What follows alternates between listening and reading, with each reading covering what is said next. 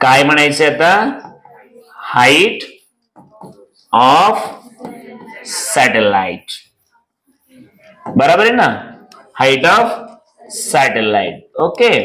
बाकी तुम्ही करायचं ते पुढचं काम काय म्हणलं माहितीये का? अबोधी हाईट कुठून घेतो आम्ही? बरोबर ना? म्हणजे गरज वाटते का तसे? हाईट कुठून घेतो? सरफेस वरून ना? नाही, तसं नाही करायचं. पृथ्वीच्या खाली असे 100 किलोमीटर खड्डा खांदायचा आणि तिथून हाईट घ्यायची. असलं तर काय नाही ना? तो हमें देखना है सैटेलाइट की हाइट. तो हाइट जो पैरामीटर है वो किसके ऊपर प्योरली डिपेंड है, ये देखना है. बराबर है कि नहीं? तो उसके ऊपर कुछ ना कुछ काम तो करना पड़ेगा ना. तो हमें जो पता आहे, आपल्याला जे माहित आहे त्याच्यानुसार सुरुवात करूया की हे माहित आहे याच्यातून काय येतं. तो हमें पता है since time period of satellite. तो उसको थोड़ा सा और ठीक ढंग से करते हैं. ऑब्वियसली थोड़ा सा अच्छा करना पड़ेगा. ये क्या है रे? अर्थ. तो ये इसका क्या होगा? तो यहाँ पे क्या है? तो डेफिनेटली ये इसकी क्या है? तो हाइट को लिखा h और ये जो सेंटर है उसको लिया r. तो ये उसकी क्या बनेगी? ऑर्बिट. Very good. ये क्या बनेगी? तो इसको क्या करना है? एक राउंड मारना है, यानी एक चक्कर काटना है ना. तो डेफिनेटली जो ये एक साइकिल पूरा होता है यानी एक राउंड पूरा होता है. तो राउंड पूरा करने के लिए जो टाइम लगता है उसको क्या बोला था हमने? हाँ, टाइम पीरियड बोलो या टाइम पीरियड, या फिर बोलो उसको पीरियोडिक टाइम बोलो. हाँ, चलेगा. तो मुझे एक बात बताओ, सिंस टाइम पीरियड और periodic time is equal to, अब हम डायरेक्टली क्यों ले रहे हैं? तो ऑलरेडी हमने उसके ऊपर बहुत सारा टाइम स्पेंड किया है तो ले सकते हैं. हमने फॉर्मूला बनाया है तो ले सकते हैं. हम कहा है फॉर्मूला 2 पाई r प्लस और ब्रैकेट का और ये बड़ा. तो जिस तरह हमने टाइम पीरियड के लिए डिफरेंट फॉर्म्युला बनाए उसी तरह हाइट के लिए भी बन सकते ना. पण कशाला उगाच आपण बघूया. सिलेबस एवढा मोठा आहे, त्याला व्यवस्थितपणे मांडायचा प्रयत्न करू. मग आता मला सांगा, मला इंटरेस्ट कशात आहे? मग आपलं त्या अर्जुनाच्या बाणासारखं असलं पाहिजे ना लक्ष. काय हाईट आहे ना, मग ज्या ठिकाणी हाईट आहे ना, काय गोंधळ आहे बाबा. बराच गोंधळ झाला ना. सगळ्यात पहिलं आपल्या डोक्यात असलं पाहिजे की, बरोबर आहे ना, कारण त्याच्याशिवाय हे वेगळं करता येणार नाही. स्टेप बाय स्टेप गेलं पाहिजे. आणि मग आता हे तर आम्हाला रेडीमेड आज भेटलंय. आज काल रेडीमेड होतं का? कल हमने इसके ऊपर इतना काम किया. हमने बनाया ना कल इसको. किसने डिराइव किया? हमने. मग काल आम्ही याला खूप सारा वेळ दिलाय म्हणून आज रेडीमेड वापरू शकतो. हा, मग आता मजा अशी आहे की आमचं पूर्ण लक्ष आहे, पण यश तर वेगळा नाही. यश इतका टाईट. बघा ना, एक बॉक्स, पुन्हा त्याच्यावर प्रोसेस, पुन्हा दुसरा बॉक्स आणि पुन्हा सोबत कोणतं. किती किती सिक्युरिटी दिले त्याला. तो उसको निकालने के लिए भी ठीक ढंग से निकालना पडेगा ना. कसे काढून नसतं काढायचं, सिस्टमॅटिकली. बरोबर आहे की नाही? म्हणून बऱ्याच बॉक्सवर लिहिलेलं असतं हँडल विथ केअर. बरोबर आहे की नाही? नाहीतर काय तर महागडी वस्तू आणायची, ती बॉक्स निघणं म्हणून असं जोरात top top top top top काढायचा. तसं नको व्हायला. बरोबर आहे ना? काल परवा मी ते ऍपलचं झाड मागितलं. ऍपलचं झाड मागितलं. मला वाटलं असतील त्याला पानं बिणं काय काय. आले 2 झाड आले, ऑफिसवर आले.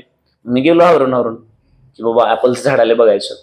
मग मी एवढं सिस्टमॅटिक काढत होतो. अगोदर उचलून असं बॅलन्स ठेवला, असं आडवं केल्यानंतर ज्या बाजूला जड आहे त्या बाजूला नक्कीच माती असेल ना, म्हणजे ते तू व्यवस्थित ठेवलं. तसं ते पण इन्स्ट्रक्शन देतात, पण आपण आपलं कॉमन सेन्स कधी वापरायचं? सरळ वाचूनच नसतं करायचं. मग ठेवलं, व्यवस्थित काढलं. मला वाटलं 2-4 तर पानं असतील. बघतो तर एक काठी होती फक्त अशी. हा, पण त्याला ते हे चांगले आले होते, कोंब चांगले आले होते. लावल्यानंतर 4-5 दिवशी तर एकदम त्याला चांगली पानं फुटली. मग तिथं इन्स्ट्रक्शन. आता इथं मला सांगा, एवढं पॅकिंग त्याला चांगलं होतं कारण ती वस्तू तेवढी नाजूक होती. इथं पण त्याला पॅकिंग जरा पॅक दिसायला लागलं मला. आणि मला हे असलं क्यूब पुन्हा रूट जरा त्रास दिले ना. मग आम्ही आता एक काम करू, कारण आम्ही बायोलॉजीतली माणसं. आता म्हणलं आता पहिलं काम काय करायचं? पहिलं इकडचं स्क्वेअर रूट घालवायचं ना, मग सगळ्यात पहिलं डोकं लावायचं, असं पुसून काढायचं. हा, त्यावरती तुम्हाला एक स्टोरी माहिती ना. ही एक लाईन आहे म्हणे आणि हिला काहीच न करता छोटं करून दाखव म्हणे. तर ही मोठी लाईन वडली. आता हे झाले असंच ना, म्हणजे याला काहीच न करता काढायचं ना. चलो मग पुसायचं नाही ना. आता मला असं वाटलं की असं पुसायचं नाही ना, असलं काय. तर मग काय करायचं, मी म्हटलं by squaring the above equation, म्हटलं की बोथ साईड असतं साहेब. इक्वेशन बोथ साईड असतं. ओके. मग आता काय केलं आम्ही, वरच्या इक्वेशनचा काय केला, स्क्वेअर केला. मग वरच्या इक्वेशनचा स्क्वेअर केला रे केला की स्क्वेअरचा अर्थ होतो ना, जे डावीकडं तेच उजवीकडं, बरोबर आहे ना. इकडे चला एक द्यायची, इकडे एक द्यायची, असं. मग आता मला सांगा, मग देअरफॉर डायरेक्टली घेतो असं डायरेक्टली. मग टी चा स्क्वेअर टी स्क्वेअर, 2 चा स्क्वेअर 4, पाय स्क्वेअर घ्यायचंय का. आता 4 पाय चांगलं वाटत होतं ना, मग 2 पाय होते, आता 4 पाय. माणसातून जनावर झाला असं काहीतरी आलं असतं. मग आता हे असं होईल ना रे, आर प्लस एच क्यूब का, बापरे. आणि खाली गुड मॉर्निंग. ओके. मग आता मला असं वाटतं एवढं कळलंय का. मग ह्या दोघांसाठी जे रूट होतं ते घालवण्यासाठी आम्हाला बरीच प्रोसेस करावी लागली, ह्यांच्यात बदल करावा लागला. मग आता 1 नंबर असो किंवा हे 2 नंबर असो, दोघांच्या व्हॅल्यू कशा राहतील, सेम राहतील बाळांनो, बरोबर आहे ना. कारण आम्ही प्रोसेस दोन्हीवरती सेम केलेली आहे. मग आता मला सांगा, परत तुम्ही कुठेही बघताय का, याच्याकडेच बघताय, बरोबर आहे ना. तुमचं लक्ष कुठे आहे, हा एच कडे. मग एच कडे आहे म्हणल्यानंतर मी असं लेफ्ट हँड साइड इकडे समजा असं लिहिलं, ए इज इक्वल टू बी, असं काहीतरी लिहिलंय ना. असं केलं चालतं का रे, बी इज इक्वल टू ए केलं चालतं का. मग याला म्हणलं चल इकडे, त्याला म्हणलं जात इकडे, चालतंय का. ऍज इट इज, बरं का, मी विचारतोय, मला माहित नसलं म्हणून. ओके. मग मी असं केलं डायरेक्ट, याला काहीच बोलू शकत नाही, असं लिहिलं तरी 4 pi square R plus H cube divide by GM, सगळ्यांना दिलं चालतंय का, इज इक्वल टू, चालेल का रे. हा. मग आता बघू आपण, आता याला जागा जागा जागा जागा जागा करावी लागेल, आपल्याकडे जागा कमी आहे रे. आता मला सांगा, याच्या पुढे आता तुमच्या डोक्यात काय काय आहे मला समजा. मी अगोदर आता ह्याला नीट लिहितो बाबा जरा. आता काय काम करायला पाहिजे रे, इकडे जाऊ आणि 4 पाय स्क्वेअर चालतंय ना. म्हणजे हा डब्बा फक्त ठेवायचा आहे, मग तुम्हाला माहित आहे त्या डब्यामध्ये जामून बसलाय. ठीक आहे. मग हे गुलाबजामुनाचा डब्बा आता बाजूला काढू, ते रॅपर सोबत जे काय 12 भानगडे होतं ते बाजूला इकडं टाकूया. टी स्क्वेअर हे इंटू जीएम वरती ना रे, हा, आणि खाली काय येणार रे इकडून 4 पाय स्क्वेअर, चालतंय का. मग आता याला परत थोडस जरा नीट लिहणार आहे, T square G M divide by 4 pi square, आणि इथं म्हटलं आर प्लस याचा, चालतंय ना. आता परत याचा क्यूब, आता इथं याला म्हटलं इक्वेशन नंबर 3 म्हटलं, आता याचा क्यूब काढायचा डाव्या बाजूचा, मग असं करायचं ना रे, नाही ना. तसं असतं लय भारी, मी तर खोडर बरंच घेऊन बसलो असतो, बरोबर आहे ना. नसेल तर शाही असेल तर काय आणायचं ते रे, पांढरं काय असतं, तुम्हाला चांगलं माहिती आहे सगळं. हा. मग आता मला सांगा याच्या पुढची स्टेप काय असेल, हे नको आहे ना, कारण मला हाईट हवे. कारण क्यूब म्हटल्यानंतर आता घोळ काय होईल माहितीये का, नसेल तर तुम्हाला मग ते परत 9th किंवा 10th ला जावं लागेल. ए प्लस बी ब्रॅकेट क्यूब आयडेंटिटी असते ना, आयडेंटिटी तिकडं कोणी जावं बाबा. आणि हो, मग इथं एखादं लेकरू असतं आयडेंटिटी पार्ट नसणार, बरोबर आहे. पाठ आहे का तुला. ओ मला तर पाठ नाही. हा, तुम्हाला येते कोणाला ही आयडेंटिटी, काय आयडेंटिटी सांगा बरं. बरं पाठ नसेल तर काय करणार तुम्ही. हा, बरं तसं पण नाही, आम्ही असं करणार ना, ए प्लस बी इंटू ए प्लस बी एकदा करायचं, ह्याचं काहीतरी उत्तर येईल ना, त्याला परत ए प्लस बी न गुणलं की येणार ना. मग ती पाठ नाही म्हणून झालो, विसरलो, आज काय बिघडेल का. मगच काहीतरी कुठंतरी टेन्शन घेत बसायचं. हा. मग आता मला सांगा, मी म्हटलं नाव बाय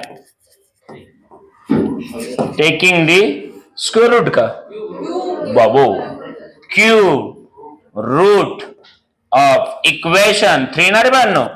मग इकडे गायब झालं आर प्लस एच राहिलं. आता इकडं असला घोटाळा आहे.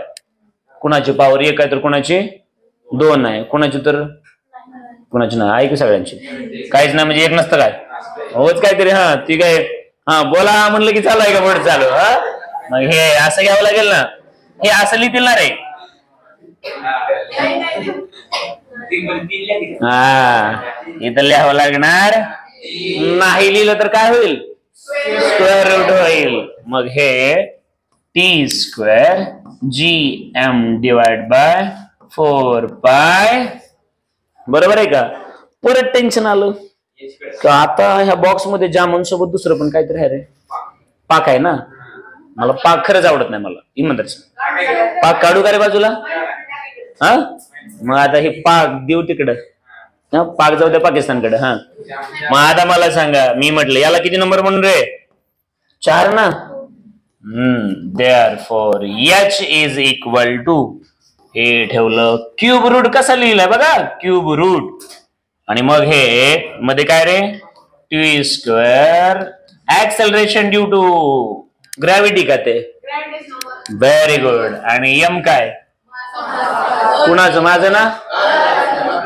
आणि 4 पाय स्क्वेअर मायनस पाक इकडं. बरोबर आहे का. मग आता हेच तुम्हाला माहित आहे स्क्वेअर रूटला काही लोक असं पण लिहितात ना. मग क्यूब रूट आता स्क्वेअर रूट काहीच नाही याचा अर्थ 2 हिडन असतो ना. मग 3 आहे याचा अर्थ असं होईल 1 बाय. मग तुम्ही मला सांगा therefore height of satellite which is revolving around the अर्थ. आता सरफेस सांगायची गरज नाही. मग हे असं होणार ना रे T square G M 4 pi square.